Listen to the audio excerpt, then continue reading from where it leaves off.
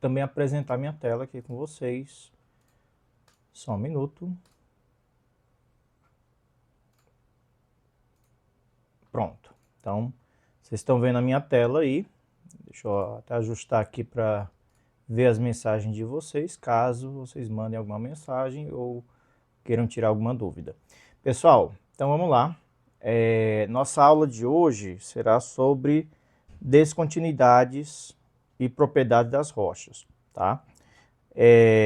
Na próxima aula, na segunda-feira, nós faremos a nossa última aula, que é justamente sobre classificação geológica, tá? E aí finalizamos o nosso assunto para a nossa prova que nós combinamos para, deixa eu ver aqui, dia 6, né? Não, dia 2, perdão.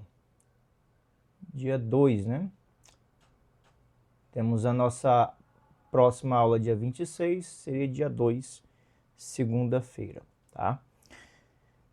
Pessoal, então vamos lá. Vamos continuar aqui. Deixa eu maximizar aqui a nossa tela. Então, pessoal, esse é um assunto que ele complementa um pouco o que nós começamos a ver na aula passada sobre sondagens. Nas sondagens, vocês viram algumas questões sobre descontinuidade e hoje nós iremos detalhar um pouco mais o que são essas descontinuidades. Também iremos ver propriedades das rochas, que também são fatores importantes, principalmente para a classificação geológica. Por enquanto, pessoal, nós estamos avaliando a propriedade dos materiais, certo?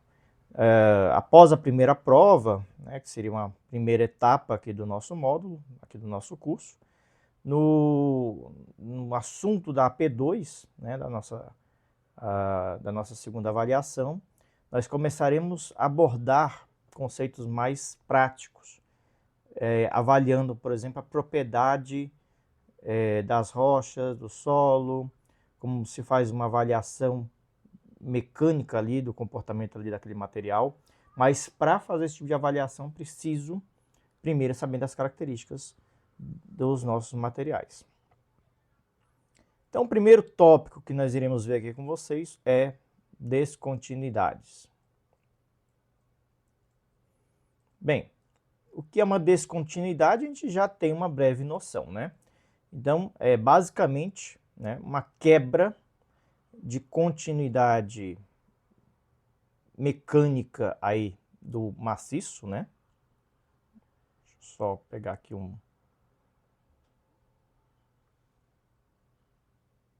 Pronto. Então é uma quebra da continuidade mecânica que nós temos aqui do maciço rochoso, que tem nenhuma ou baixa resistência à tração. Então, pessoal, a descontinuidade ela vai ser justamente uma abertura ali que você vai ter na rocha, certo? O próprio nome já é bem intuitivo. Então, aqui tem até um exemplo de descontinuidades em rochas argílicas. Então, quando você observa, por exemplo, uma fratura como essa que você está vendo aqui na tela, isso trata-se de uma descontinuidade. A estabilidade, pessoal, das escavações, fundações, por exemplo, dependem... Alguém está querendo entrar? Só um minutinho. Ok. Mais alguém? Ok. Então, beleza, gente. Então, boa tarde ao pessoal que está chegando. Nós já começamos a nossa aula, certo? Nós já vimos aqui algumas coisinhas aqui, mas nada muito adentro aqui do nosso conteúdo. Então, nós estamos vendo aqui, pessoal, descontinuidades. E aí, dependendo dessas orientações, dessas descontinuidades, pessoal, você pode ter uma grande influência nas escavações, no comportamento do nosso material, enfim. Então, por exemplo, né, aqui você tem as descontinuidades neste sentido, como vocês podem ver, ou seja, fraturas, neste sentido, que é muito ruim para a estabilidade dessa escavação, certo? Então, por exemplo, numa escavação como essa, é muito fácil, né, esse maciço aqui, ele tender, né, a se deslocar nesse sentido, né, de cima para baixo, por conta das orientações das descontinuidades. Em contrapartida, pessoal, aqui do lado esquerdo, ó, essas descontinuidades nesse sentido, vocês notam que dificilmente ele vai romper, né? Então, dependendo aí da orientação das descontinuidades, nós devemos ter alguns cuidados durante alguma obra ali, seja de estabilização, seja de escavação, enfim. Barragens, por exemplo, isso aqui é uma barragem em arco, e vocês podem ver, só um minutinho, pessoal. Ok. Dependendo aí, né, das orientações dessas descontinuidades, os esforços que são transmitidos aqui na fundação da barragem, pessoal, também podem comprometer ali, certo, a estrutura. E também, né, na questão de escavações em túneis, mesma coisa. Dependendo das orientações dessas descontinuidades, você pode ter, né, uma fragilidade maior durante a escavação e a necessidade de algum reforço a mais ali durante aquele processo. Então, dependendo ali das descontinuidades, das orientações que você tem ali, no maciço rochoso, por exemplo, você de repente teria necessidade de ter alguns cuidados diferentes, né, de outras situações.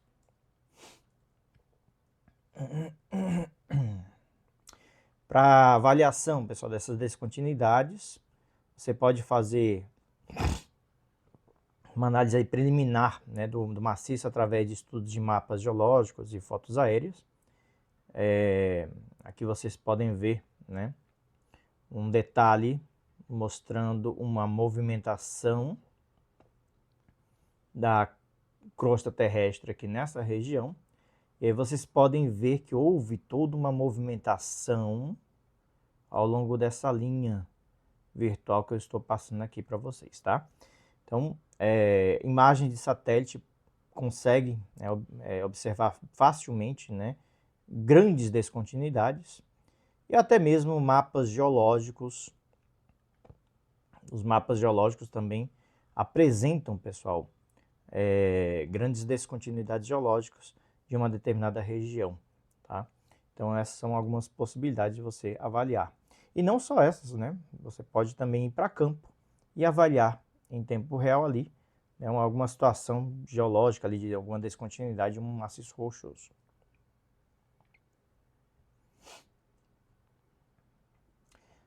Bem, nós vimos um pouco sobre descontinuidade, então você já tem uma breve noção aí, né, que é quando você tem ali um maciço rochoso em que há uma quebra, há uma movimentação, por exemplo, também. E essas descontinuidades, pessoal, dependendo ali dos processos de intemperismo, das tensões aplicadas na rocha, elas podem ser agrupadas em famílias. Então, aqui, por exemplo, nessa imagem, como vocês podem ver, nós temos várias descontinuidades paralelas, que claramente na imagem dá para a gente perceber uma certa configuração paralela ali dessas descontinuidades. Isso, quando elas têm esse comportamento, pessoal, físico, nós chamamos de famílias, né, de descontinuidades. E aqui nós temos, né, uma interpretação mais simples do que seriam famílias nessas descontinuidades. Então, quando você tem fraturas, fissuras ali, né, acontecendo, você pode ter, por exemplo, uma família, um grupo de fraturas que estão acontecendo aqui paralelas umas às outras, né? Você pode ter no mesmo maciço duas famílias. Vocês notem que aqui nós temos uma família vertical e temos uma outra família de descontinuidades oblíqua, né? Paralelas entre si. E você também pode ter aí, de repente, 3 famílias de descontinuidades. Nesse caso aqui é um pouquinho mais complexo, você tem uma família vertical, você tem famílias oblíquas, e aqui você vai observar, pessoal, deixa eu ver onde é que está a terceira família aqui. Aqui você vai ter mais uma descontinuidade horizontal, tá? Nesse caso aqui anterior, você vê que as famílias oblíquas, né, elas sobem aqui paralelas, né? Nesse caso aqui não. Nesse caso aqui você tem, né, um traçado um pouco diferente, tá?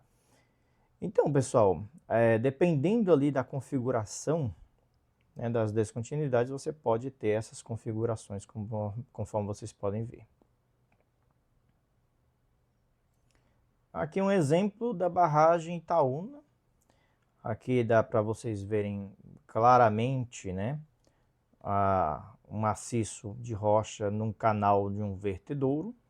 E vocês podem ver, né, que existem algumas famílias bem estabelecidas aqui, né, de descontinuidades, tá? Deixa eu apagar aqui, pessoal. Ok. Então aqui dá para a gente ter uma breve noção de como é que é, né, essa propagação aí dessas famílias. Lógico, a imagem não está tão boa, né, para a gente detalhar um pouco mais, mas dá para vocês terem uma breve noção. Pessoal, só um minutinho, deixa eu abrir aqui. Ok. A Thaís perguntando padrão de desenho. Esse padrão de desenho, ô Thaís, é o que você está querendo dizer em relação às famílias, seria isso? Porque basicamente esse processo, como as fraturas elas vão se formando no maciço, né? Então elas podem ter várias fraturas paralelas, podem ter várias fraturas, né, com outras configurações geométricas, como vocês podem ver aqui, temos 2 tipos de fraturas diferentes, ou você pode ter, né, configurações aqui, né, de um paralelismo, né, de 3 eixos, né, como a gente pode ver aqui, nós temos uma família aqui nessa configuração aqui, né, horizontal, temos uma segunda família aqui na vertical e temos uma terceira família, né, oblíqua, aqui é o nosso maciço de rocha. Seria isso, é isso que você estava perguntando? Deixa eu voltar aqui para o chat. Beleza. Deixa eu ver se eu deixo aqui o chat de vocês aqui no cantinho, pessoal. Qualquer coisa eu vou vendo o que vocês forem falando aí ao longo da aula, tá? Ok. E, bem, o que nós vimos? Vimos o que é descontinuidade e vimos o que é famílias, tá? E existe uma coisa, pessoal, que chama-se efeito escala nessas descontinuidades. Esse efeito escala ele vai determinar o comportamento mecânico daquele maciço, daquela rocha, tá? Então, dependendo ali do grau de fraturamento, dessa intensidade de fraturas que está acontecendo ali naturalmente, você pode ter um efeito escala diferente. O que quer dizer isso, gente?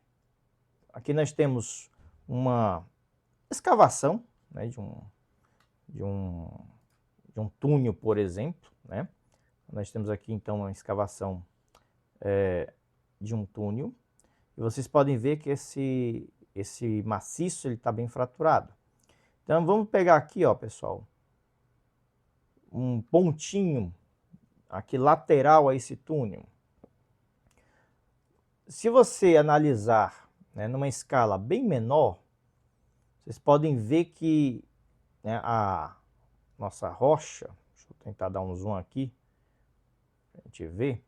Se a gente pegar um pontinho bem pequenininho aqui, vocês podem ver que eu posso dependendo da escala que eu estou analisando, ter um maciço completamente intacto, sem fraturas, sem descontinuidade, sem nada. À medida que eu aumento a área de estudo, eu começo a pegar, né, uma região que já apresenta, por exemplo, uma família de fraturas, ou, né, duas famílias, ou, né, muitas fraturas. Então, dependendo da escala que eu estou analisando a rocha, pessoal, você vai ter comportamentos diferentes, tá?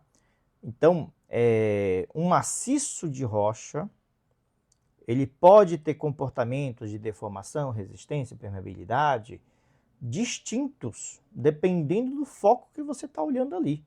Então, se você analisar uma obra de um determinado tamanho, ele pode ter um comportamento. E se você analisar de uma forma mais macro, né, de uma obra maior, né, de uma região maior que você está observando ali, esse comportamento ele pode ser um pouquinho diferente. Ok. Por exemplo, em termos de resistência, se você analisa, né, num material mais intacto, que seria um pontinho ali que eu estou analisando no maciço, você pode ver, né, que a rocha ela vai ter uma grande resistência. Você não tem descontinuidades. E aí é intuitivo imaginarmos que à medida que nós aumentamos essas descontinuidades, aumenta aí, né, a fragilidade da rocha, tá? Então, um maciço, né, mais intacto, como vocês podem observar, ele vai apresentar uma resistência maior, uma deformação menor, uma permeabilidade menor, né? Então são essas características comportamentais que nós vamos ter. Se você já analisa, pessoal, um maciço rochoso com uma fratura, por exemplo, essa fratura já vai ser um ponto de fragilidade. Então, né, um maciço intacto com uma fratura, só um minutinho, deixa eu permitir aqui, já temos já uma boa quantidade de alunos aí presentes, ok? Então, pessoal, voltando aqui, para quem está entrando agora, essa aula está sendo gravada, tá, pessoal? Então, se vocês quiserem ver depois o comecinho da aula, não se preocupem, eu vou estar disponibilizando um link para vocês acessarem o vídeo aqui na nossa aula.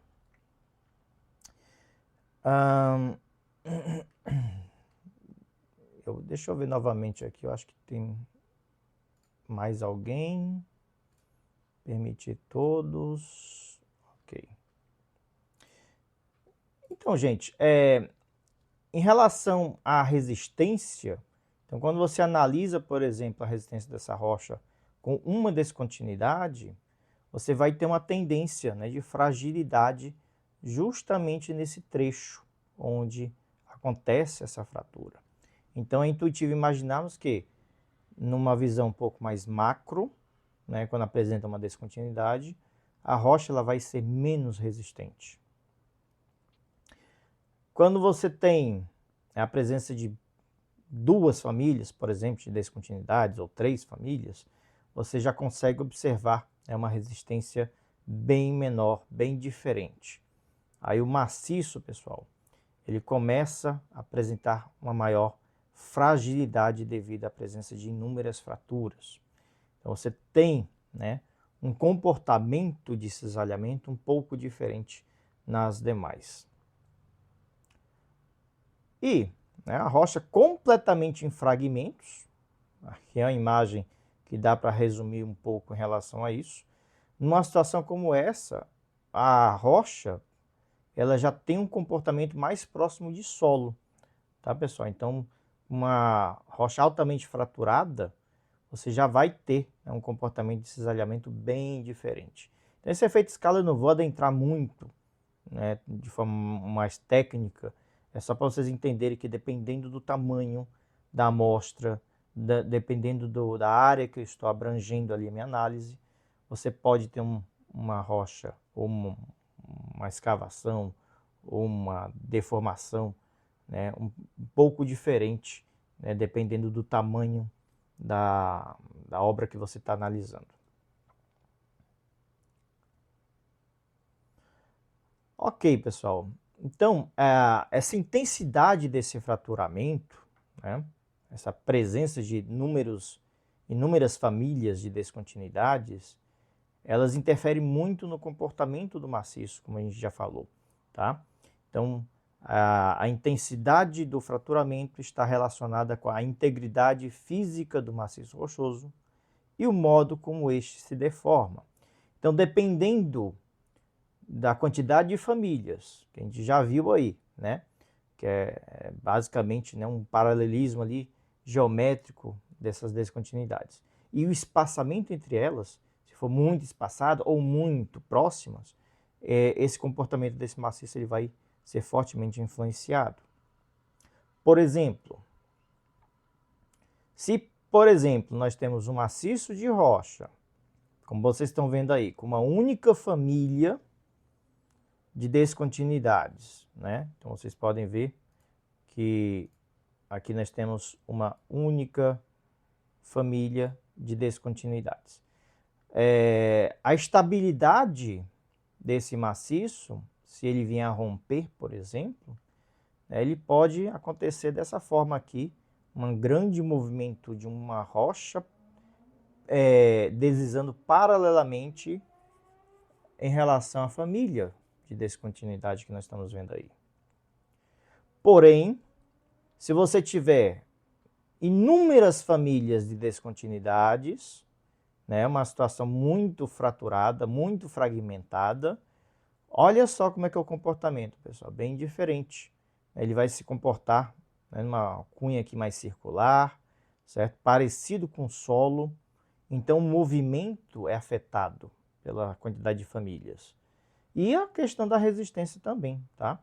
Dependendo ali do número de famílias e das características físicas entre essas famílias, como eu falei, espaçamento entre elas, enfim, tudo mais, esse maciço ele pode ser mais ou menos resistente. Então, dependendo do efeito escala, né, dependendo ali de como é que essas fraturas estão dispostas, você pode também ter essa influência. Aqui um detalhe, né, de uma ruptura planar. No caso aqui você tem uma única família. Só um minutinho. Permitir. Ok. Então, pessoal, o comportamento aqui desse maciço ele vai romper de forma plana, ali, paralela a essa família, por conta, né, dessa característica aí, geológica que vocês estão vendo ali, né, dessa quantidade de fraturas e tudo mais. Você nota que o maciço está bem, né, solidificado aqui, não apresenta muitas fraturas, mas você tem algumas descontinuidades ali uma certa inclinação, que isso afeta o maciço diretamente na forma como ele vai romper, né? Como ele vai deformar, como ele vai ter, por exemplo, alguma percolação ali pelo esse maciço, enfim, dependendo do comportamento mecânico que você esteja analisando, essa intensidade desse fraturamento ele fortemente influencia no comportamento da rocha.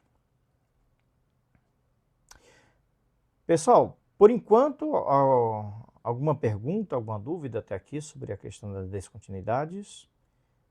Nós vimos então, né, que a descontinuidade ela pode se apresentar de formas paralelas, né, bem diferentes, que são as famílias, e dependendo da quantidade de famílias que você tem ali, isso rege a intensidade do fraturamento, que também pode mexer no comportamento mecânico da rocha.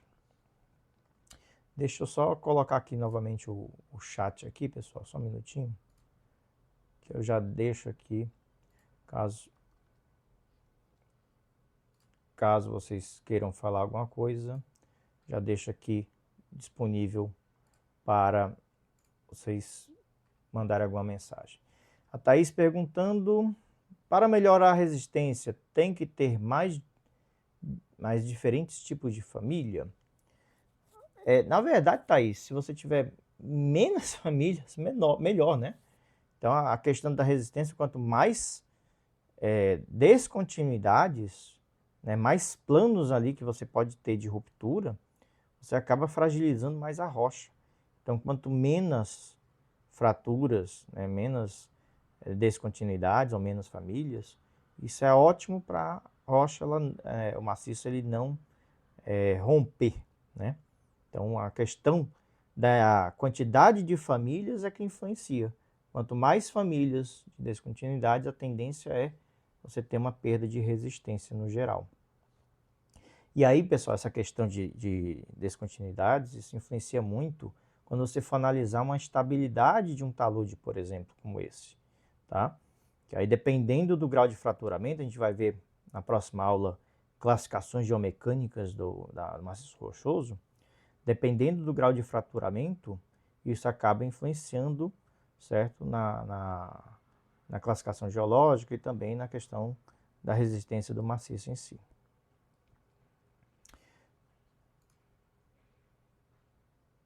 Bem, pessoal, em relação à orientação de uma descontinuidade, não sei se vocês chegaram a ver, mas é muito comum, né, o geólogo ir para campo ali com uma bússola, e essa bússola, pessoal, não é para ele saber onde que está, não, né? Não se perder no meio do mato. Até serve, mas aí a questão de ele analisar como é esses comportamentos dessas famílias dentro, né, de uma camada ali de rocha, alguma coisa do tipo. Então, nós temos basicamente 3 parâmetros, tá? Aqui é só para a gente ter uma breve noção, tá, pessoal? Isso aqui é mais pro lado da geologia, mas é importante vocês terem uma noção sobre o que é isso. Por quê? Porque em algum estudo geológico que vocês se depararem, ele pode apresentar isso, esses parâmetros. Por exemplo, direção de uma descontinuidade, mergulho, rumo. Então, dependendo ali de algum estudo que vocês forem fazer, mesmo no âmbito ambiental, é necessário, por exemplo, fazer uma avaliação de uma geologia local, né? Como é que está, né, a distribuição das rochas ali naquela região. Então, dependendo disso, a orientação dessas descontinuidades é importante vocês saberem. Então, pessoal, direção ou strike é o primeiro ponto que nós vamos ver aqui. O que é isso? É basicamente você posicionar a bússola, certo? Nivelado horizontalmente ali a descontinuidade, né? A rocha que você está analisando, tá? Essa aresta lateral inferior da bússola aqui, posicionada, né? Nivelada com essa rocha que você está analisando. E aí você vai determinar, através da bússola, qual é essa direção aqui, certo? Ou strike. Então, essa direção em relação ao norte é o que você vai determinar neste parâmetro. No caso aí, o norte está indo para um sentido que é o mesmo sentido ali da direção, então você tem um ângulo zero, né, nesse caso aqui. No próximo slide eu vou mostrar um vídeo exemplificando, né, com um ângulo um pouco diferente, mas aqui dá para você ter uma ideia. Então é basicamente essa direção, o strike, é a direção com que, né, você analisando aqui uma camada de uma rocha, né, que você pode perceber que ela tem uma descontinuidade aqui embaixo. Então, essa fratura, ou essa rocha, essa camada que você está analisando ali, ela vai ter uma direção em relação ao norte geográfico. Mergulho. Você vai analisar o mergulho de uma descontinuidade ou de uma rocha. Nós posicionamos a bússola desta forma aqui, lateralmente, a direção desse mergulho, e aí você analisa, né, qual seria a inclinação que você tem aqui. Neste caso, ó, por exemplo, você está vendo que o mergulho ele está fazendo 30 graus com a horizontal. Então, o ângulo ali do mergulho, essa direção com que ele faz em relação à horizontal ali, certo? Do meio. E o rumo, direção máxima de declividade em relação ao norte geográfico. Você vai posicionar a bússola, pessoal. Aqui não mostra a figurinha, mas basicamente você vai posicionar essa parte aqui traseira da bússola perpendicular aqui à camada e vai analisar qual seria ali a inclinação em relação ao norte geográfico. Vamos ver aqui um vídeo que ele mostra um pouco mais detalhado isso. Então vocês estão vendo aí, deixa eu ver aqui.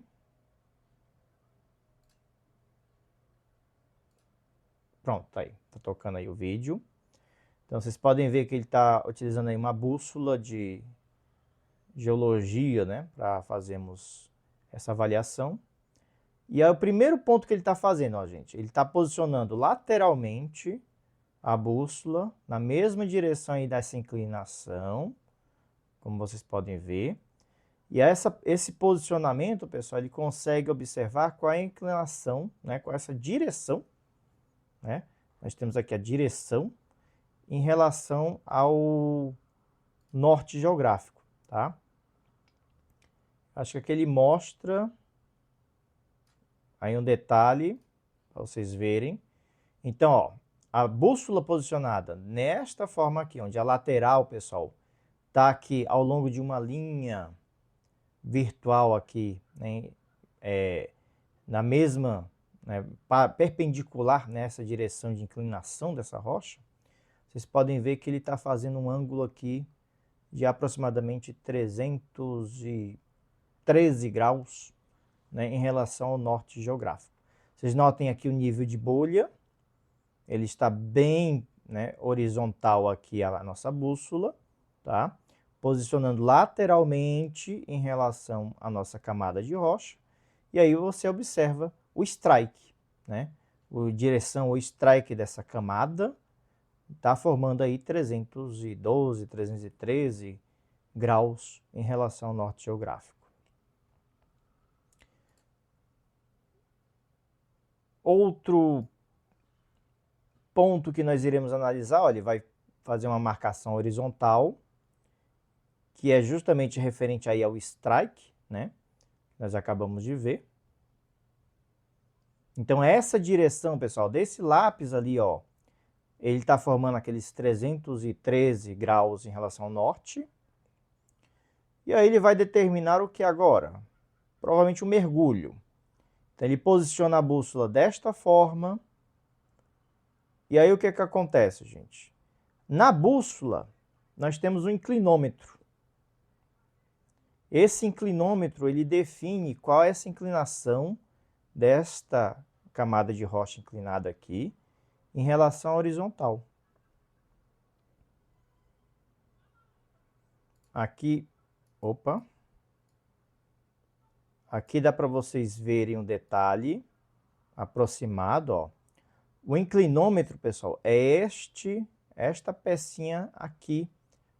Deixa eu ver aqui. É essa pecinha aqui, ó, que vocês estão vendo, tá? Em que ele posiciona aqui e verifica quanto é essa inclinação em relação à horizontal. Então aqui está dando um ângulo de 35 graus mais ou menos, alguma coisa do tipo, tá? Felizmente, deixa eu ver se eu tenho uma bússola aqui para mostrar para vocês. Só um minutinho.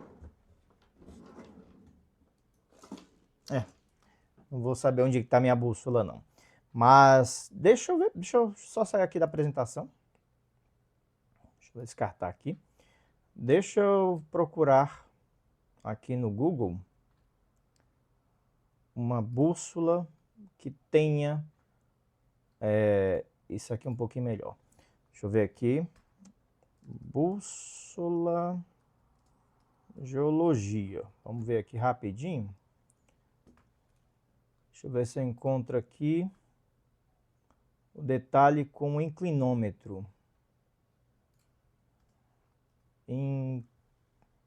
Inclinômetro. Daquela bússola lá não... Ah, pronto. Aqui eu tenho essa aqui, pessoal. Eu tenho essa bússola aqui, que dá para vocês verem direitinho o inclinômetro, tá aqui, ó. Então, a bússola posicionada desse jeito, vocês podem ver, né, que ela está com um ângulo zero. E à medida que você rotaciona, você consegue ver a inclinação do mergulho, tá? Então, é essa pecinha aqui em que nós vimos, certo, essa inclinação. No do vídeo não está muito legal, não. Não dá para você perceber muito bem, não, né? Mas, enfim, aqui é só para vocês terem uma ideia. Só voltar aqui a apresentação.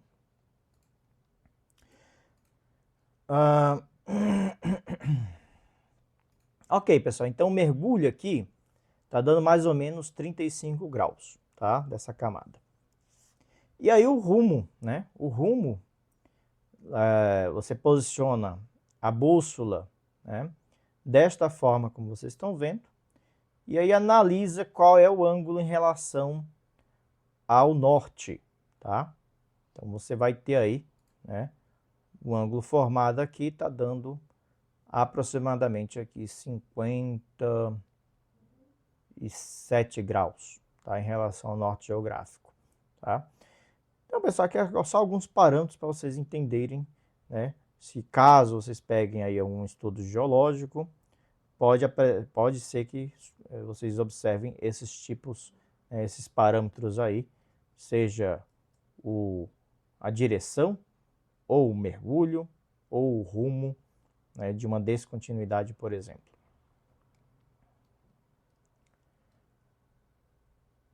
Bem, deixa eu só voltar aqui, gente, para...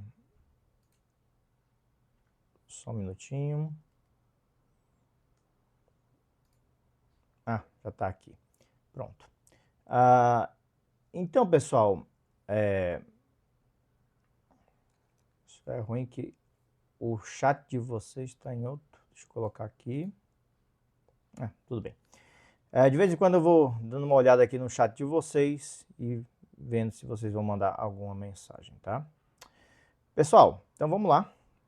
Espaçamento das descontinuidades. Espaçamento é bem simples. Você tem aqui uma família de descontinuidades e aí vai analisar, né, qual é a distância entre essas descontinuidades. Basta você medir ali com uma trena que você consegue avaliar. Então, no estudo geológico, o geólogo ele faz, né, essa avaliação, identificando, né, o espaçamento entre descontinuidades. Se você tiver um espaçamento muito pequeno, isso tem a ver também com o grau de fraturamento ali daquela rocha. Se você tiver um espaçamento muito maior, né, você tem uma quantidade de fraturas menor, né, por metro linear, por exemplo, ali de rocha. Dependendo do espaçamento, você tem uma classificação. Menor do que 20 milímetros, extremamente pequeno. Ou, por exemplo, entre 200 milímetros e 600 milímetros, moderado. Ou, por exemplo, extremamente grande, maior do que 6.000 milímetros ou 6 metros, né? Então, vocês podem ver que temos espaçamentos bem pequenininhos até muito grandes nesses intervalos aí. Aqui você pode ver claramente uma família de fraturas bem definida, certo? E o espaçamento entre eles, ó. Você está vendo aqui uma régua, que você tem 1, 2, 3, 4, 5, 6 centímetros. Aqui tem 1, 2, 3, 4, 5, 6 centímetros. Mesma coisa aqui, 1, 2, 3, 4, 5, pouco mais de 5 centímetros. Então, vocês podem ver que o espaçamento aqui, pessoal, é da ordem de 5 centímetros. Então, é lógico, ele faz aqui várias medidas, faz uma média, para você ter, né, um espaçamento médio ali desse grupo de famílias. Nesse caso aqui, vocês podem ver que está usando aqui uma régua, né, uma trena, que você analisa essa família de fraturas aqui, horizontal, e aí você pode ver, né, que é variado, né, então ele coloca aqui um espaçamento da ordem de meio metro a 1 metro de comprimento.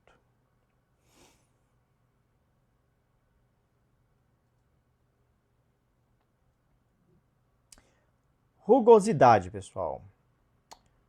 A rugosidade, ela também vai fortemente influenciar na resistência do material. Então, o que nós estamos avaliando aqui? Principalmente a resistência, tá, pessoal? Resistência e deformação. Então, vimos a intensidade do fraturamento. Quanto mais fraturado, vocês notem que a rocha ela vai ter um comportamento diferente. Se você tiver um espaçamento maior ou menor entre essas fraturas ou famílias, também vai influenciar na resistência. Quanto menor, né, quanto menor esse distanciamento, mais frágil é a rocha. Quanto maior o espaçamento entre essas famílias, melhor, né, para a resistência da rocha. E a rugosidade também influencia. A aspereza, né, ou ondulação desse contato aqui da rocha também vai influenciar na resistência deste material ou no deslocamento entre essas descontinuidades. Por exemplo, aqui vocês podem ver dois maciços de rochas que parecem igual, mas são um pouquinho diferentes. Vocês podem ver que essa aqui, gente, a descontinuidade observada aqui, vocês notam que ela está uma linha bem retilínea, certo? Isso aqui mostra que é uma descontinuidade planar suave, certo? Então, uma descontinuidade como essa, você não observa irregularidades. Então, ela não é tão áspera. Ela é um pouquinho mais lisa, né, nesse aspecto. Quando você analisa, por exemplo, essas descontinuidades aqui, vocês podem perceber que elas não são bem retilíneas, né? Você nota que ela tem, né, uma certa irregularidade ao longo dessa linha dessa família. Então, essa irregularidade mostra a aspereza dessa descontinuidade. E o que acontece? Dependendo aqui da aspereza, pessoal, dessa irregularidade, essa rocha aqui, por exemplo, ela pode ter mais resistência do que esta. Então, a rugosidade ela também influencia no comportamento ali do maciço rochoso.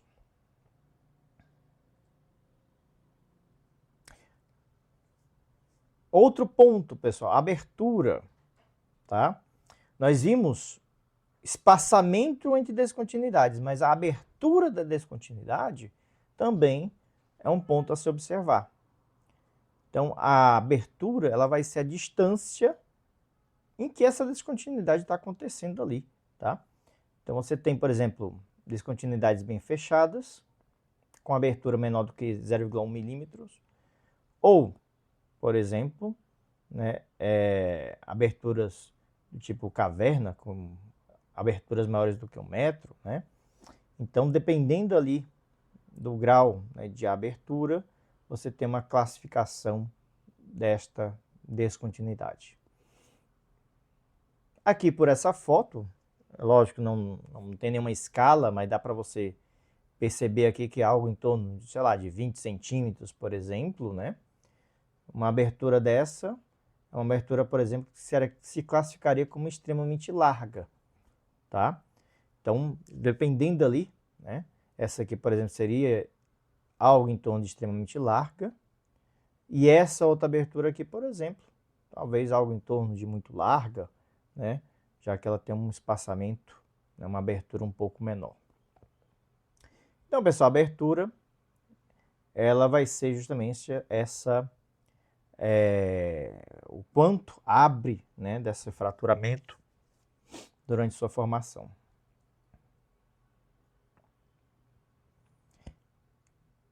E por fim, preenchimento, tá, pessoal? Quando você tem essa abertura acontecendo, o que pode acontecer, né? Solo, materiais, até mesmo rocha, pode penetrar aqui dentro e fazer o que nós chamamos de preenchimento dessa fratura. Então, se a fratura, por exemplo, a descontinuidade, ela está aberta, ela não tem resistência nenhuma, né? Mas se, por exemplo, tiver um preenchimento com uma areia, né, um solo arenoso, você tem uma certa resistência. Se você tiver um preenchimento com argila, a resistência muda. Então, dependendo do preenchimento, né, que pode ser areia, pode ser silt, pode ser argila, normalmente materiais aí sedimentares, essa rocha ela vai também ter, né, um comportamento bem diferente. Aqui é um detalhe, né, de uma fratura, por exemplo, em que você observa, né, um preenchimento com material diferente aqui da rocha, tá? Então, por exemplo, pessoal, se houver o preenchimento desta descontinuidade com argila, aqui tem uma resistência aproximada à compressão, 25 kPa. Se você tiver, por exemplo, uma argila muito mole, né? Se for, por exemplo, uma argila dura, seca, né, bem resistente, você tem, né, uma resistência bem maior, né, em relação ao material, né? Então você tem uma variação de resistências dependendo do material que está preenchendo ali a descontinuidade. Pessoal, até aqui nós vimos conceitos de descontinuidades, como é que elas se formam, no caso famílias, como é a intensidade dessa descontinuidade, o que pode influenciar no comportamento mecânico. Nós vimos que essas descontinuidades, elas podem, né, ter famílias diferentes, ou seja, direções diferentes. Nós vimos que essas descontinuidades podem ter espaçamentos entre elas diferentes, podem ter aberturas diferentes, podem ter um preenchimento dessas aberturas com outros materiais sedimentares, né? Então, dependendo ali dessas características, você pode ter uma alteração de comportamento desse maciço de rocha, tá? Então, a abertura, preenchimento, espaçamento e até mesmo, né, a intensidade do fraturamento, tudo isso influencia fortemente no comportamento mecânico da rocha. Pessoal, alguma pergunta? Só para a gente fechar esse assunto de descontinuidades. Alguma dúvida até aqui? Tudo bem? Mariana dizendo que tudo tranquilo. Beleza. Deixa eu ver quantos tem aqui. Temos apenas 9 alunos. 9? Não, 8, né? 8 alunos presentes. Pessoal, quem está presente aqui, eu vou ver aqui com vocês depois, mas vai ter uma bonificação, tá? Então, vocês estão presentes aqui de qualquer jeito, não. Então, até para estimular vocês, quando tivermos uma aula, por exemplo, como essa, que é fora do horário e tudo, eu sei que vocês estão fazendo aqui um sacrifício para estar aqui online, eu vou passar uma bonificação aqui para vocês, certo? No final da aula eu falo, tá? Mas enfim, vamos lá.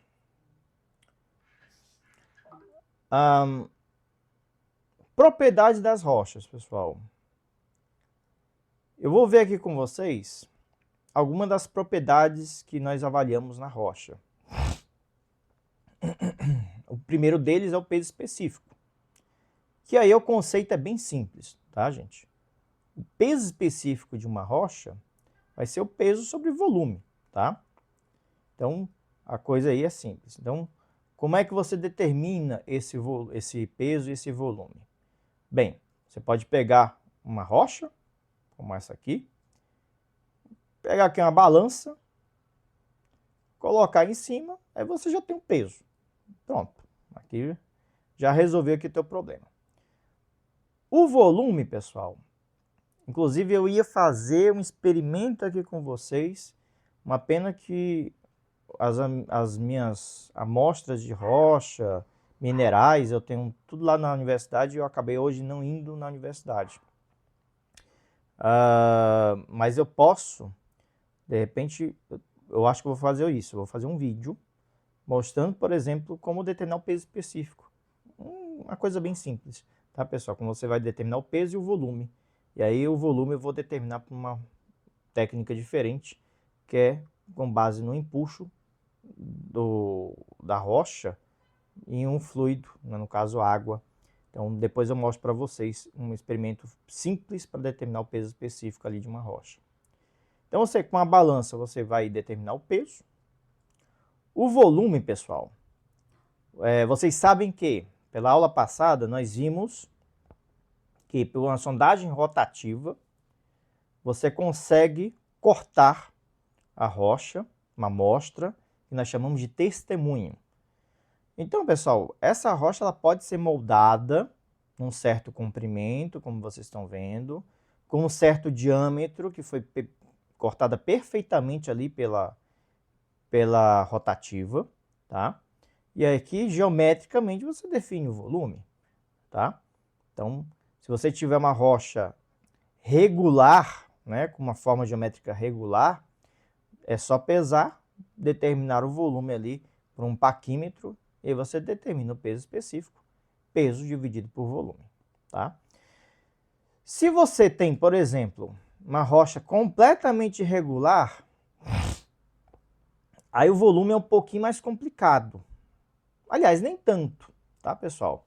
Existe uma forma de nós fazermos pelo método de balança hidrostática. Basicamente, nós temos um recipiente aqui com água. Deixa eu colocar aqui a água. Só eu mudei normalmente eu uso a mesa digitalizadora, que é um monitor. Eu estou me acostumando com outra mesa aqui que eu tenho que só olhar aqui para a tela. Então, por isso que está um pouquinho torto. Eu ainda não tenho muita habilidade com essa mesa. Mas tudo bem. Aí o que nós fazemos, pessoal? Nós pegamos uma amostra de rocha, toda irregular, como vocês estão vendo aí, tá? E mergulhamos essa amostra aqui no nosso fluido. O que vai acontecer, pessoal? A partir dessa submersão da rocha, se eu tiver uma balança, eu consigo calcular um empuxo. E o empuxo, pessoal, é o quê? É a massa, né? A massa aí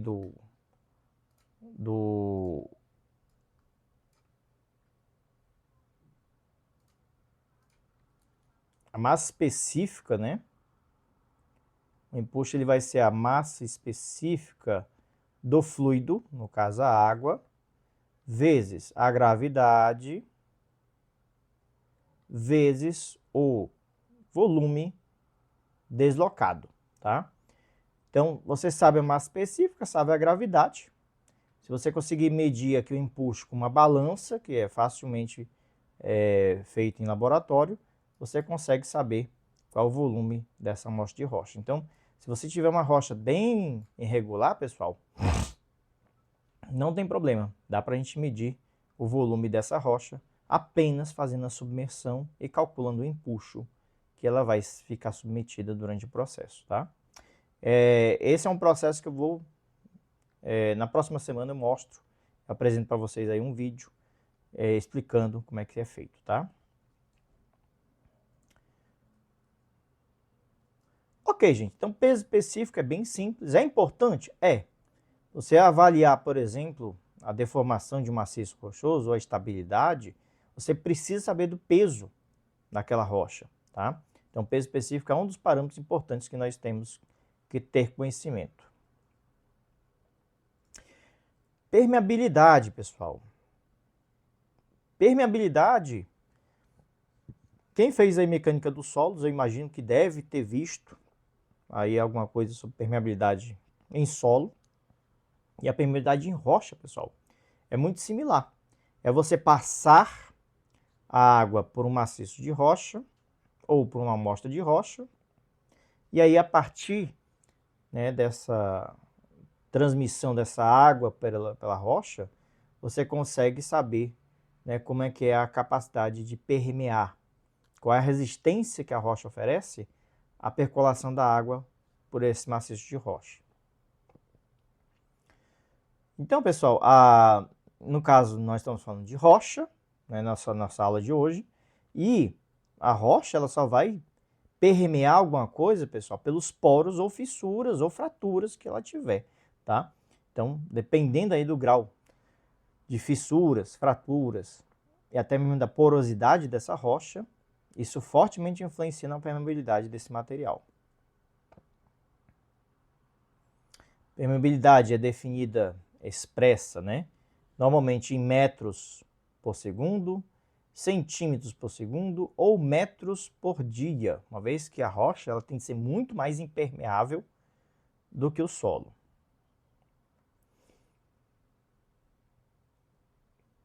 A permeabilidade, como vocês podem ver, ela é calculada em função do peso específico da água também e da viscosidade da água, tá, pessoal? Então, dependendo da temperatura que você está analisando ali, ela vai ter uma viscosidade um pouco diferente. Então, vai ser a permeabilidade em si multiplicada pelo gama da água dividido pela viscosidade da água.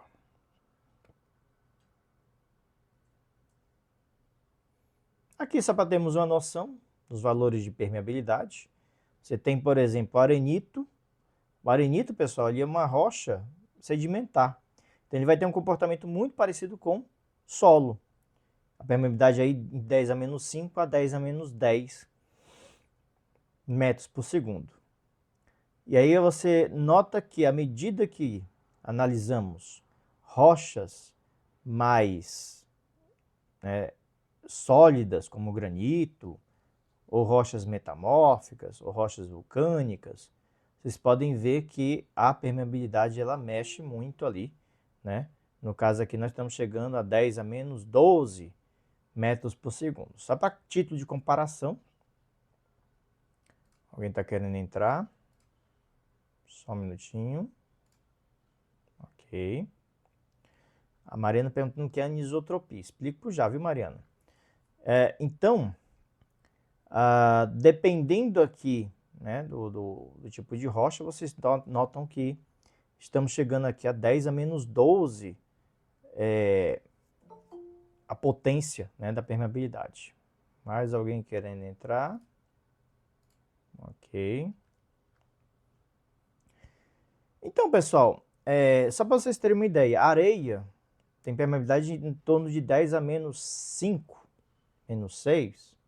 Argila, 10 a menos 8.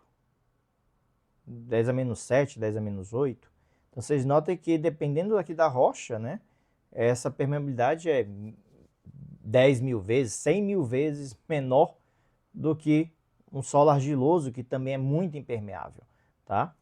Então, dependendo aí da rocha, você vai ter uma permeabilidade diferente. Aí a colega de vocês perguntou sobre anisotropia. Eu não sei se apareceu esse termo aqui em algum lugar. Deixa eu ver. Ah, tá aqui. O que ele fala aqui, pessoal? A infiltração do fluxo de água através da matriz rochosa se dá pelos poros e fissuras, dependendo da interconexão entre eles, e outros fatores, como grau de intemperismo. Grau de intemperismo nós vimos.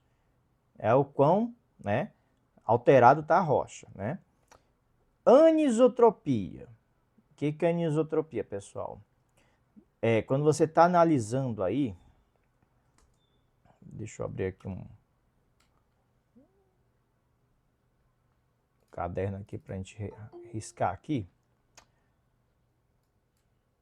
Pessoal, quando vocês forem entrar, gente, tentem entrar pelo e-mail da universidade, né? O e-mail que está lá no Google Sala de Aula, para também eu não ficar o tempo todo aqui, certo?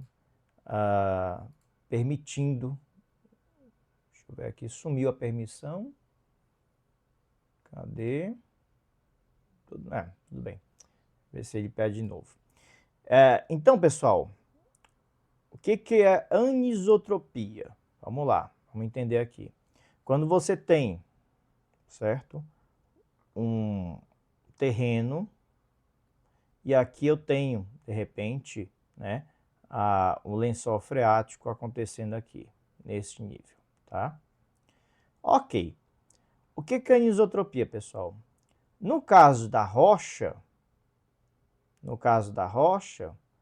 você pode ter fraturas, a gente já falou sobre isso, e aí essa água, ela pode acontecer, gente, esse deslocamento, devido a essa interconexão de fraturas que você pode ter aí no meio, tá? Então, estou fazendo aqui várias fraturas, só para a gente entender que a rocha ela pode ter um comportamento similar ao solo. E o que é anisotropia? Vamos lá. Parece que eu estou enrolando vocês, mas não. A anisotropia, pessoal, é a permeabilidade, por exemplo, na direção X, ela pode ter um valor diferente da permeabilidade na direção Y, tá? Então, se analisar ali um meio, a permeabilidade na horizontal pode ser maior, por exemplo, do que a permeabilidade na direção vertical. Isso é anisotropia, certo? Quer dizer que as propriedades, no caso aqui permeabilidade, são diferentes dependendo da direção que você está analisando. É só permeabilidade? Não, pessoal. Você pode ter anisotropia de tensões, de deformação, certo? Então, qualquer propriedade que você esteja analisando que tenha características diferentes é anisotrópico o material, tá? Então, isso é anisotropia, você avaliar propriedades diferentes dependendo ali, né, da direção que você está analisando, tá? Ok, pessoal. Então, a questão aqui da anisotropia, né, dependendo ali, você pode ter, né, uma permeabilidade na rocha um pouco maior ou um pouco menor na direção X do que na direção Y. É basicamente isso, tá? E aí isso afeta a capacidade de transmitir água pela rocha, tá? Ok, pessoal. Aqui é um detalhe de um ensaio de permeabilidade em rocha. Aqui vocês estão vendo, pessoal, nós temos uma amostra de rocha dentro deste equipamento aqui, em que ele vai fazer o que, pessoal? Ele vai deixar essa rocha completamente seca, tá? Uma estufa ali, em que ele vai secar completamente ali a rocha. Aqui você consegue observar que ele está determinando ali o diâmetro médio dessa rocha. Normalmente a gente tira em 3 valores, pessoal, nas extremidades e na ponta, né, e no meio, né? E aqui, pessoal,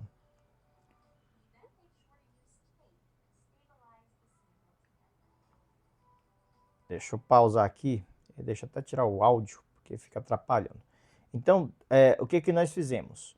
Nós secamos a amostra completamente, tiramos aqui as medidas e colocamos essa amostra, pessoal, em cima aqui de 2 cabeçotes, né? Entre 2 cabeçotes. Esse cabeçote de baixo, vocês podem ver que aqui, dá para você ver que tem uma pequena abertura. E aqui em cima também, tá, pessoal? A água ela vai entrar aqui sob pressão, nesse cabeçote de cima, e vai sair aqui nesse cabeçote de baixo, tá? Vamos tocar aqui o vídeo.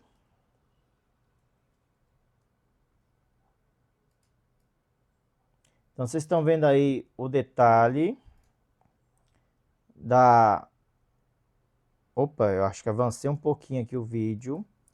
Então, ele colocou aí os cabeçotes, pessoal. Ele vem com uma membrana. Vocês notam que ele está até usando um aparelho aí de ar quente, né? Para essa membrana ela ficar aderida ao corpo de prova aí, o cabeçote.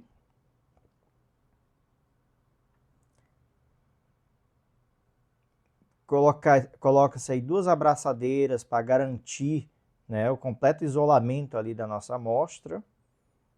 E quando a água passar, né, você vai garantir que ela vai passar apenas ali pela amostra de rocha.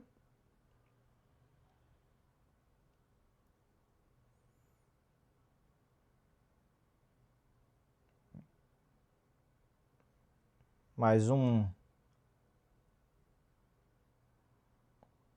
Vocês notam que ele colocou 2 abraçadeiras, né? Tanto em cima, 2 abraçadeiras em cima e 2 abraçadeiras embaixo.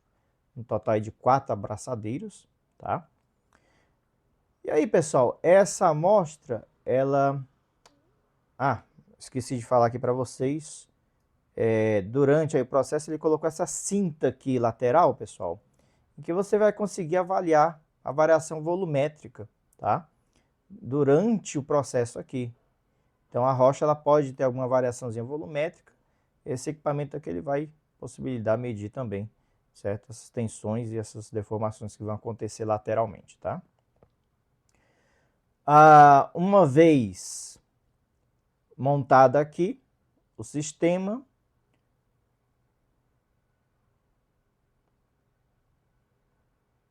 tem todo um suporte aí para posicionar o equipamento, a amostra dentro aqui do equipamento, onde vai fazer o ensaio de permeabilidade.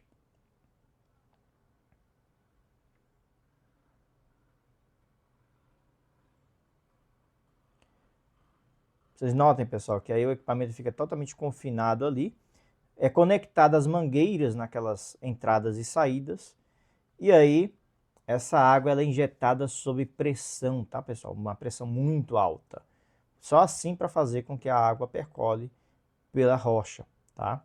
Então, o procedimento é muito até similar à permeabilidade em concreto. A permeabilidade em concreto também é determinada de forma bem similar, tá?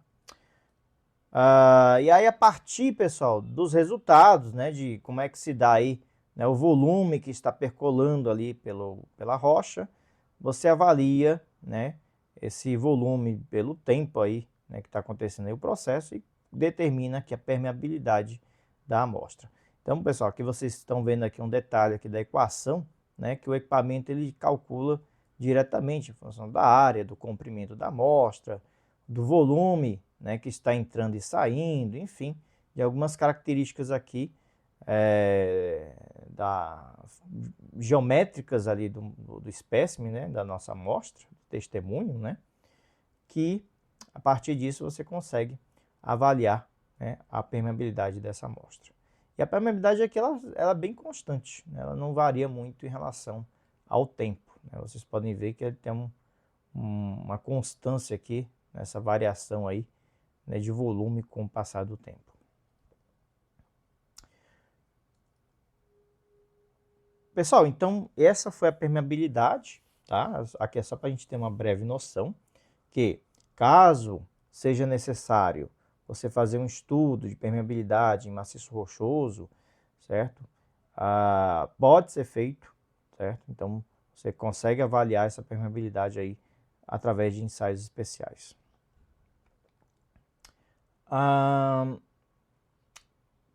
Pessoal, deixa eu só voltar aqui o chat de vocês. Ok, nenhuma pergunta até agora. Beleza. Velocidade sônica. Este é um outro ensaio que nós temos em maciços de rocha, né, em testemunhos de rocha, que consegue quantificar algumas propriedades mecânicas dessa rocha, tá, pessoal? Isso é um método não destrutivo, em que nós temos um equipamento posicionado aqui no topo do maciço de rocha e um receptor aqui na base. E aí nós fazemos uma propagação, certo, de onda através dessa rocha. Dependendo dessa velocidade, pessoal, dessa propagação de ondas, tem ondas primárias e ondas secundárias que são transmitidas aí, tá? A questão da onda primária e secundária, pessoal, tem a ver, né, com o aspecto da onda que é transmitida ao longo da rocha, né? Se é longitudinal, se é transversal, né?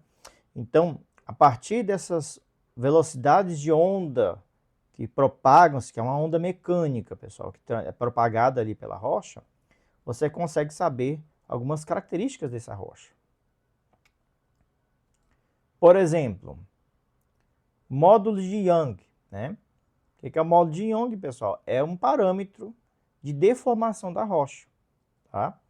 Então, dependendo da velocidade, aí você consegue calcular esse módulo de Young em função, né, da velocidade das ondas primárias, tá? E também da densidade da rocha. É um parâmetro também necessário para calcular essa propriedade. Módulo de cisalhamento, pessoal. O que é o módulo de cisalhamento? É a deformação cisalhante ali, né? Como a rocha vai cisalhar, né? Então, esse é um parâmetro também que você consegue determinar empiricamente aí através da velocidade sônica, através desse ensaio, tá? Aqui eu estou mostrando, pessoal, algumas possibilidades. Que parâmetros você pode obter a partir dessas informações, desse ensaio de velocidade sônica, tá?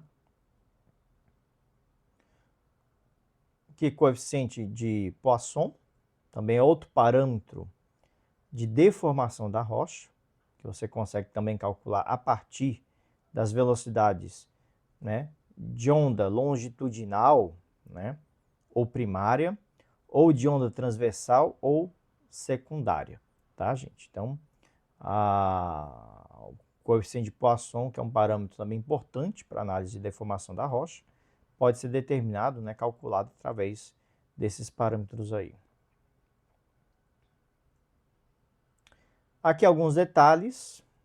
Dependendo da velocidade de propagação, aqui você tem ondas primárias, né, velocidade de ondas primárias ou longitudinais.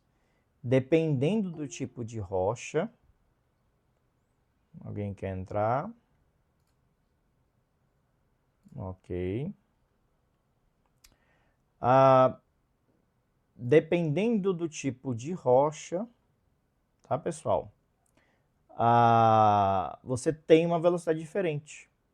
Então, por exemplo, arenito, você chega a ter velocidades de 1.400 a 4.200 metros por segundo, tá? No caso aqui, o granito, essa velocidade é bem maior, né? 4.500 a 6.000. Então, quanto mais sólida a rocha, maior essa velocidade de propagação, né, de ondas através dela. Então, dependendo da magnitude dessa propagação de ondas, você acaba, né, também possibilitando saber que tipo de rocha é aquela, né? Então, também existe essa possibilidade.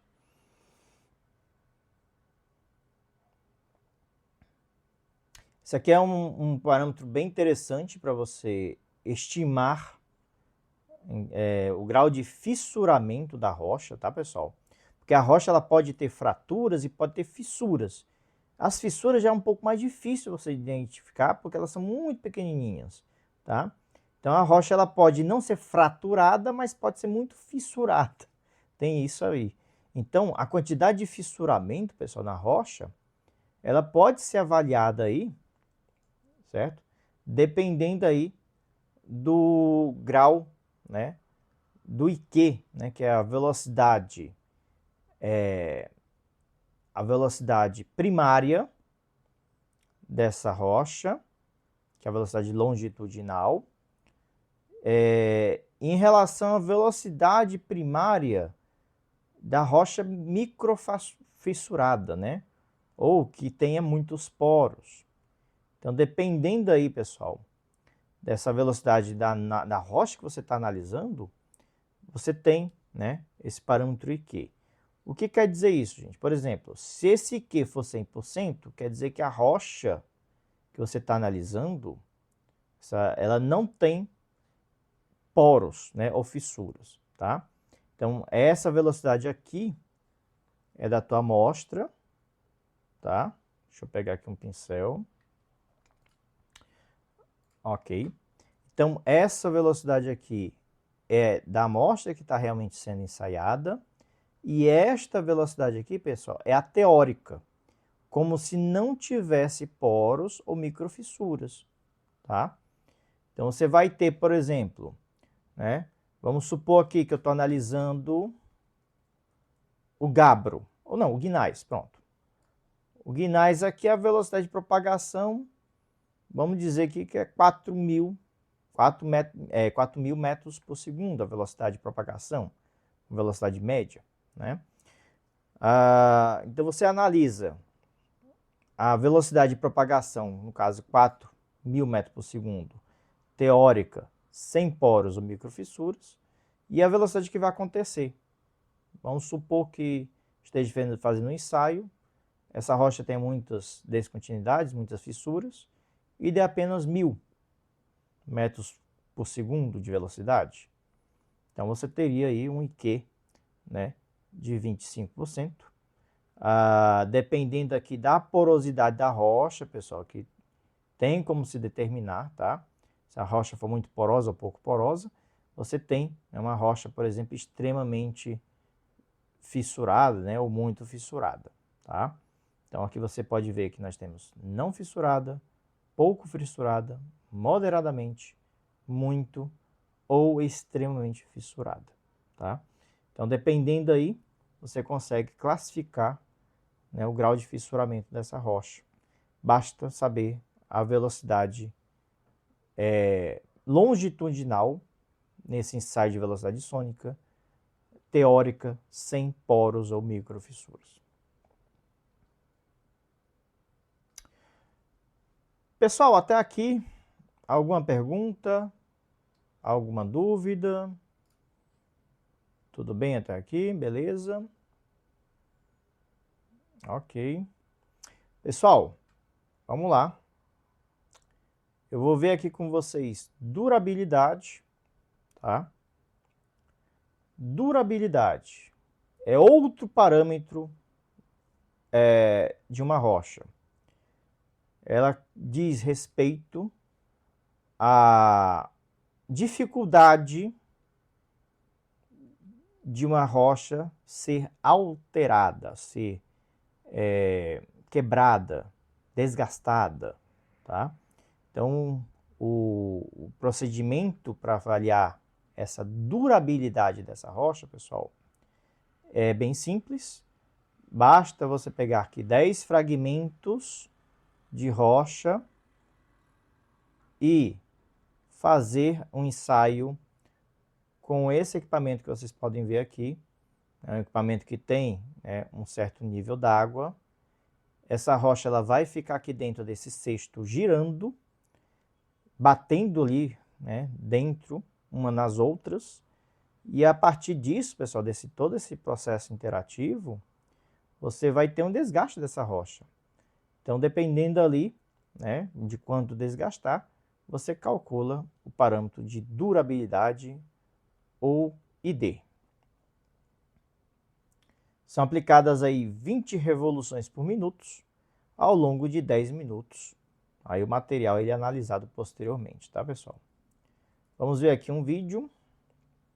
Vocês notem que o rapaz ali está selecionando 10 fragmentos de rocha. Temos aqui a nossa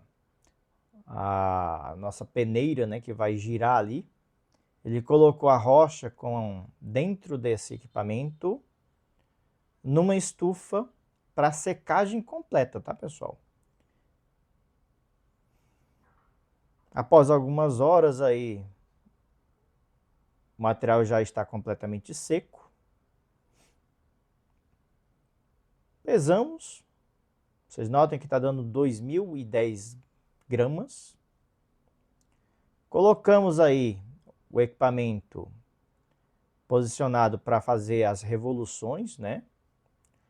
De 20 revoluções por minuto, por 10 minutos. E aí o processo é bem simples, pessoal. À medida que ele vai girando ali, dentro dessa peneira, esse processo fica molhando, né? Hora ele fica molhando, hora ele fica secando ali naquele processo, tá? Você vai ter um desgaste. Após esses 10 minutos, ele volta novamente, o material à balança, e aí após 24 horas, ele pesa novamente ali o material. Vocês notem que o peso não mudou, né? O peso lá tinha dado 2.010 gramas, 2,01 grama, né? E após o processo, em que passou as revoluções, passou por secagem, deu exatamente o mesmo peso. Quer dizer que a rocha não sofreu desgaste algum. Tá, gente? Então, o índice ele vai ser o peso depois de seco de 1 ou 2 ciclos dividido pelo peso inicial da amostra.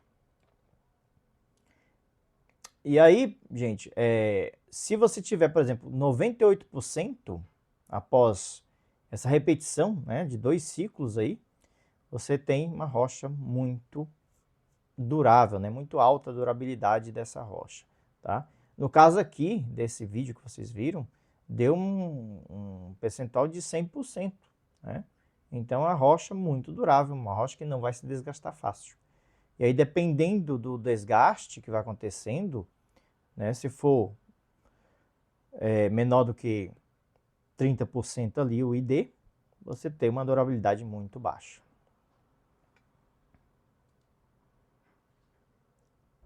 Ok, gente, então eu imagino que vocês devem ter visto aí que o processo de durabilidade, né, que é uma das propriedades da rocha, é bem simples.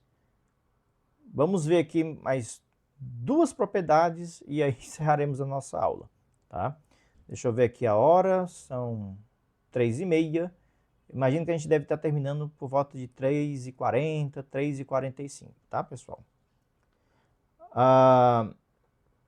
Outra propriedade que nós temos, resistência à compressão. Pode ser uniaxial, pode ser a pontiforme, ou pode ser pelo esclerômetro de Smith, tá? Ou esclerômetro aqui, como vocês estão vendo. Vamos ver cada um deles. Como é que você avalia a resistência à compressão de uma rocha?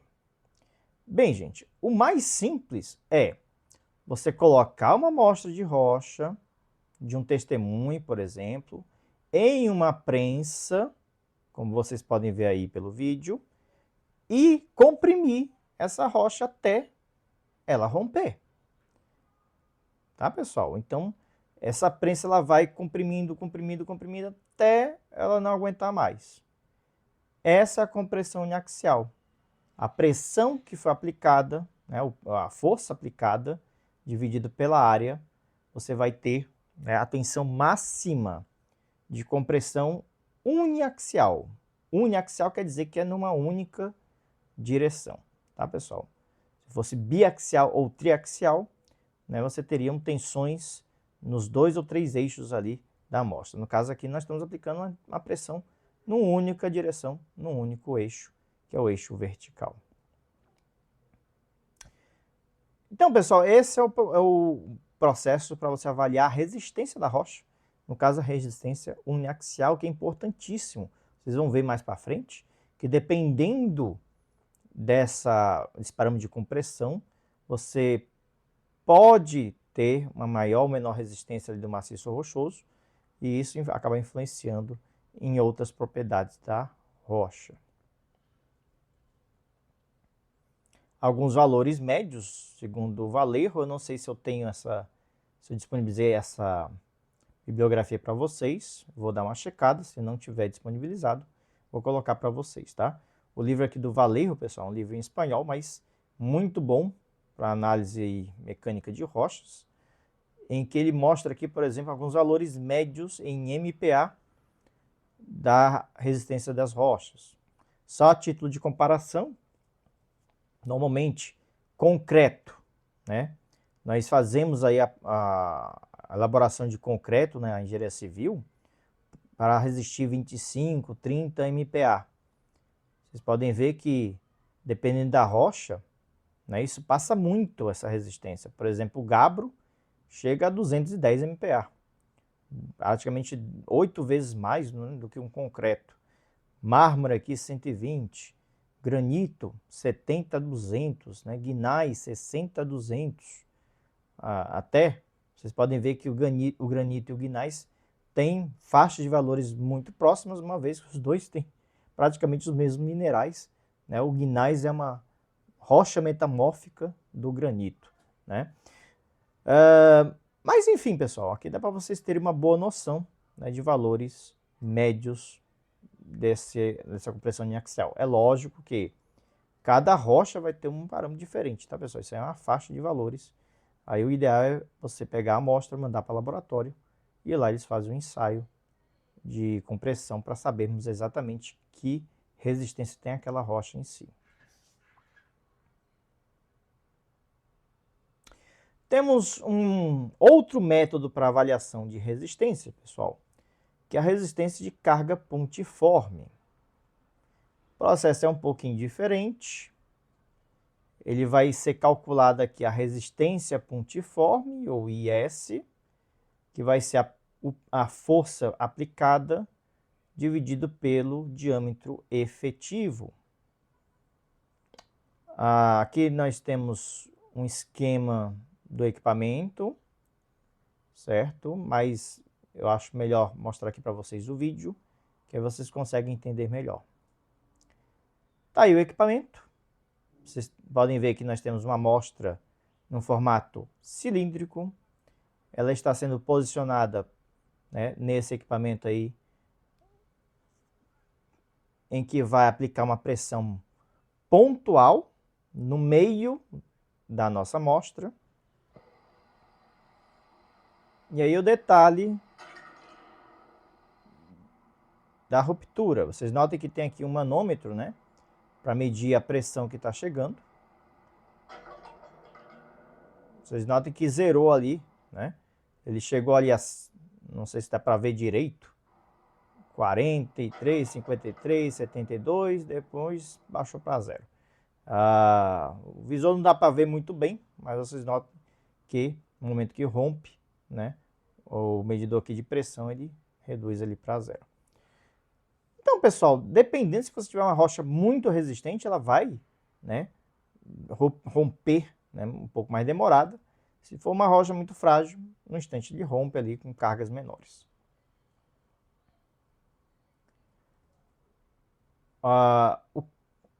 A resistência de compressão uniaxial que a gente viu anteriormente, pessoal, ela pode ser estimada por essa resistência pontiforme. Então, notem que a resistência pontiforme, gente, é diferente da resistência de compressão que nós vimos anteriormente, que é você pegar a amostra e comprimir. Nesse caso aqui, a gente está fazendo uma compressão diametral, tá? Mas existe como você correlacionar através dessa equação aqui, em que você multiplica C, que é uma constante adimensional empírica, vezes essa carga pontiforme IS. Então você consegue converter, né, a resistência de pontiforme para uma resistência de compressão uniaxial. Ou seja, se você for fazer esse ensaio de compressão de carga pontiforme, você consegue obter dois parâmetros, né, em relação ao outro ensaio que é apenas compressão axial. Esse parâmetro C, gente, ele varia na faixa de 20 a 25, tá? O Valerro, ele fala para você adotar um valor médio, no caso 23, é um valor razoável para fazer essa conversão aí, dessa tensão da carga pontiforme para a carga uniaxial.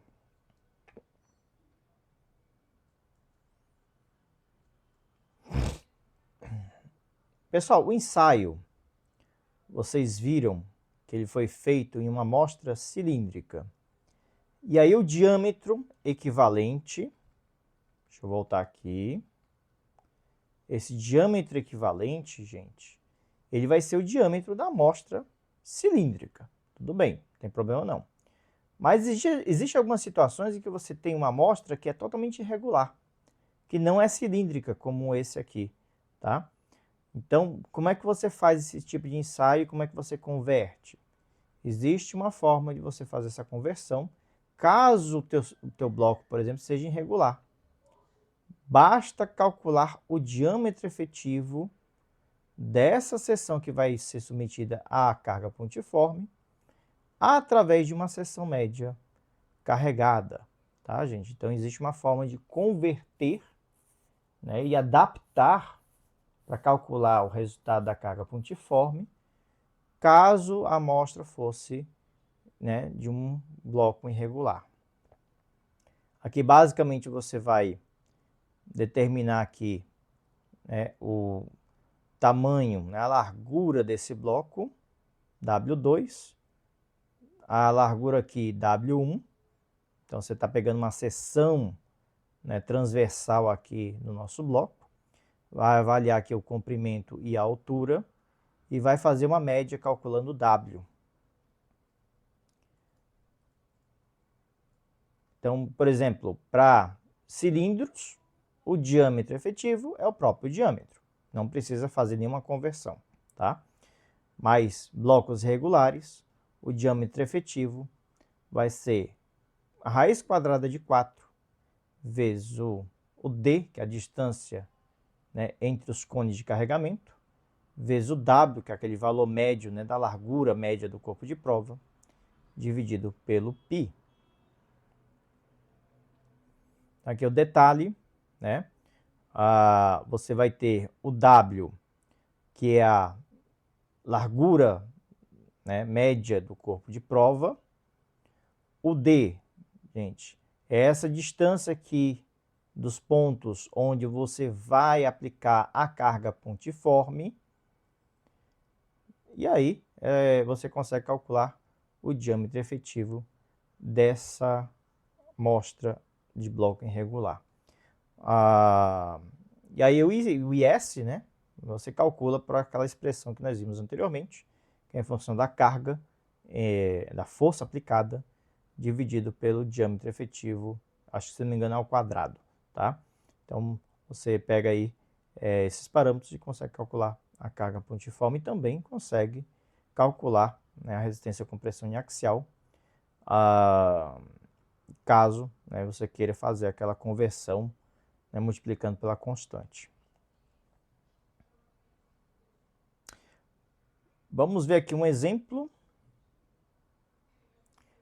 Nós temos aqui duas amostras de rocha que foram submetidas ao ensaio de carga pontual diametral. As cargas de ruptura foram 2.300 e 16.570 newtons. Se os diâmetros dos corpos de prova ensaiados foram 54 milímetros, estime a resistência de compressão simples de cada rocha. Ok, gente. Aqui o processo ele é bem simples. Eu vou fazer aqui com o primeiro corpo de prova. Nós temos que... Deixa eu voltar aqui. Nós temos que calcular o IS, tá? Deixa eu pegar aqui. Temos que calcular o IS, que é a carga pontiforme, que vai ser a pressão dividido pelo diâmetro efetivo ao quadrado. Então, vamos lá. Ok, gente. Então, para o primeiro ensaio, a carga foi de 2.300 newtons, ou 2,3, né? 2,3 quilonewtons. Deixa eu colocar aqui em quilonewton logo, fica melhor para a gente, tá? Então, vai ficar 2,3 quilonewtons, tá, pessoal? Estou dividindo aqui por 1.000 para você encontrar a força já em quilonewtons, tá? O diâmetro, pessoal, ó, é 54 milímetros. Então, nosso diâmetro efetivo, nosso diâmetro aqui efetivo, vai ser igual a 54 vezes 10 a menos 3 metros, tá? E aí, o nosso IS. O nosso IS vai ser igual a carga P dividido pelo diâmetro ao quadrado.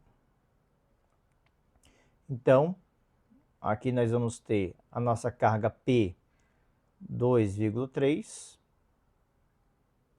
dividido pelo diâmetro, que é 54 vezes 10 menos 3 ao quadrado, tá?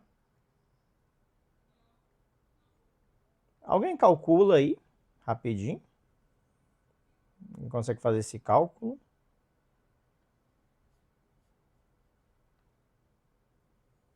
Alguém calculou?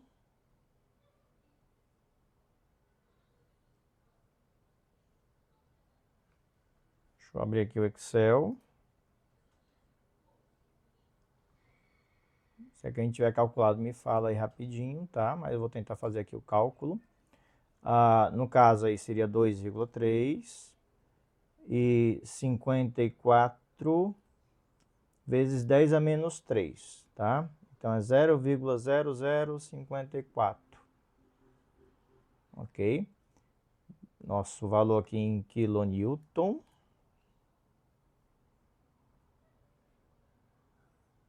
Alguém calculou? Deixa eu ver. Não. Ok. Então, quilonewton e aqui em metros, tá, pessoal? Então, você vai ter aí... tá certinho. Se você multiplicar por 1000, 10, 100, 1000... Não, na verdade, é um zero a menos, tá? 0,054 metros, né? Que é 54 milímetros e 5,4 centímetros. Então, pessoal, a nossa carga pontiforme vai ser igual a este valor dividido por este outro valor ao quadrado. 788 quilonewtons por metro quadrado, tá? Encontraram esse mesmo valor aí? Sim. Beleza. Então, 788,7, né? 788,8. Então, 788,8 kPa, né? Ou quilonewton por metro quadrado, tá? Se alguém está querendo entrar. Ok. Beleza, gente. Só que ele pede a resistência à compressão simples, tá? A resistência à compressão simples, nesse caso aqui, né? Nosso sigma S, ele vai ser o nosso parâmetro C vezes esse da carga pontiforme e S, tá? Então, você vai ter aí o valor de 23, que é um valor médio, né? Que o Valerro define, né? 23, certo? Vezes o nosso IS. Então, deixa eu voltar lá para o slide. 23 vezes 788,8, tá? Então, se a gente jogar aí no Excel, Dá 18.142,4. 18.000 142,4. 1 MPa, tá, pessoal? MPa. Se você pegasse essa amostra e fizesse uma compressão simples, daria 18 MPa, né, ou 18.000 kN por metro quadrado, tá? Então essa é a estimativa da resistência à compressão aí desta rocha, tá? É relativamente baixo uma rocha. Normalmente a rocha ela tende a valores aí acima de 50.000. Então realmente esse ensaio aqui ele deu um valor baixo, tá? O processo aqui é o mesmo com 16.570, pessoal. É só dividir 16,57 por 54 vezes 10 a menos 3 ao quadrado. Você vai encontrar o IS e depois multiplica por 23 para encontrar o sigma S ou a resistência à compressão simples, tá? Isso aqui eu vou deixar para vocês fazerem em casa, tá? Tentem aí fazer. É um processo bem simples, bem repetitivo, certo? Além disso, pessoal, eu prometi a vocês que eu vou passar uma lista de exercícios. Próximos dias eu passo aí uma lista de exercícios, inclusive com questões semelhantes a essa aqui, tá? Por fim, só para a gente fechar nossa aula de hoje, pessoal, o método esclerômetro. O método esclerômetro, gente, é um equipamento em que você vai aplicar, certo? Esse equipamento sobre uma superfície, pode ser rocha, pode ser concreto.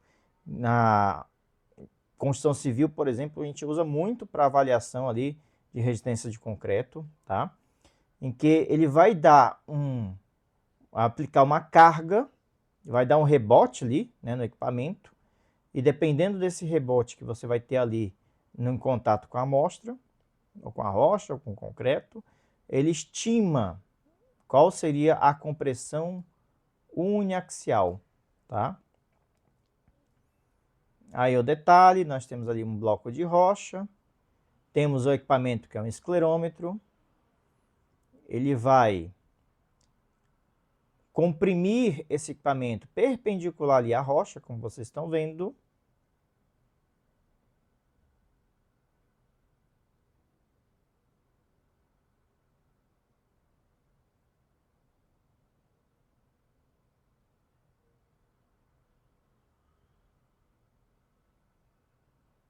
E a partir dessa compressão, pessoal, que ele faz, deixa eu voltar aqui, ele calcula, né, o próprio equipamento já te dá, né, o valor da carga compressão simples teórica ali daquela rocha, tá? Aqui um outro detalhe em concreto, você nota que o rapaz vai lá e comprime o equipamento e já te dá ali o valor. Opa! Vocês notem que aqui ó, tá dando 10, 20, aqui ó, deu 22 MPa, tá? 22, 24, 26, 28, 30. Então, por esse equipamento você consegue estimar, né, qual seria a resistência à compressão. E ele vai, ó, fazendo esse processo repetidamente ali ao longo desse bloco aí de concreto e vai determinando, certo? Qual é a resistência à compressão de cada ponto desse, tá, pessoal? Então é um equipamento bem útil que permite você também fazer essa estimativa. É lógico, é uma estimativa, tá, pessoal? Então é um processo aí um pouquinho diferente em que você consegue fazer a avaliação desse bloco aí. Pessoal, queria agradecer, certo, a presença de todos. Essa foi uma aula, né, em que nós vimos basicamente a propriedade da rocha. O Raul perguntou, vai dar para estudar para a prova resolvendo esses exercícios? Sim, viu, Raul? Vai ser bem similar, tá? Então não se preocupem, certo? Vai ser bem similar aí a prova aos exercícios que eu vou passar aqui para vocês, tá? Então, pessoal, eu gravei aqui, certo? A nossa aula. Deixa eu ver aqui quem está online. Só um minutinho. Ok. Já peguei aqui a gravação de quem está online, que entrou aqui na nossa aula, tá? Gente, então, era isso que eu tinha para ver com vocês. Espero que vocês tenham gostado aí da aula. Segunda-feira nós vamos ver o restante do conteúdo, tá? E já, não hoje, mas até amanhã, eu vou ver se eu consigo postar para vocês, certo? Uma lista de exercícios para direcionar vocês para a prova, tudo bem? Pessoal, muito obrigado, pessoal. Muito agradecido aí a vocês. Um bom final de semana para todos. Vejo vocês na segunda-feira. Um forte abraço e até a nossa próxima aula, tá? Tchau, tchau, pessoal.